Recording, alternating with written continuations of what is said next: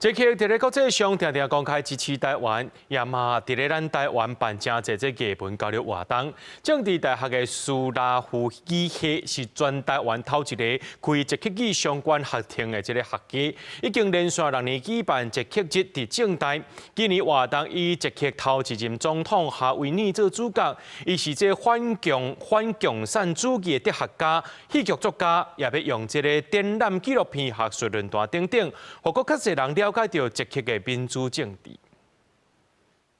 Vážená vládo, vážení hosté, rád bych byl dobrým prezidentem. 纪录片讲明哈维尔记录1992年捷克斯洛伐克共产政权解体了后，捷克第一任总统哈维尔上任以后的每一天，伊是反霸权的哲学家、戏剧作家，嘛是反共产主义者。伫前总统陈水扁任内捌来拜访台湾，咱嘛颁勋章，予伊感谢伊公开挺台湾家己的学国。当第6届捷克日伫政大的系列活动，嘛要放这出纪录片，互更加侪人了解捷克的民主政治。It's like a royal throne. Havel sitting on it, representing the power, yet laughing. And the quote says, "Being in power makes me permanently suspicious of myself." This is Havel. So I hope that the visitors can learn more about him, because for us, for Czech people, he was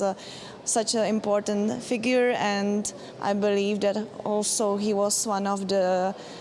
most important moral figure of the 20th century in Europe. 捷克嘛，甲政治大学苏拉夫语文学系共同规划特点，完整呈现捷克前总统哈维尔的一生，见证捷克走向自由和民主的过程。系主任表示，率来活动也敢有捷克舞蹈工作坊和论坛，希望透过学术交流，了解哈维尔对当代社会的影响。拜喜，我们会有一个很盛大的论坛，我们邀请了捷克的学者，还有台湾的学者，总共有6位，然后我们会去讨论大家对哈维尔的形象的想象是什么，对于当代社会还有什么样的影响。捷克的政大系列活动自治被开幕隆重2礼拜。系主任表示，捷克和台湾在历史和民主化的过程有真侪相像的所在，希望透过这个活动，通促进民众对捷克的了解。记者卢尚珠、郑俊尧台北报道。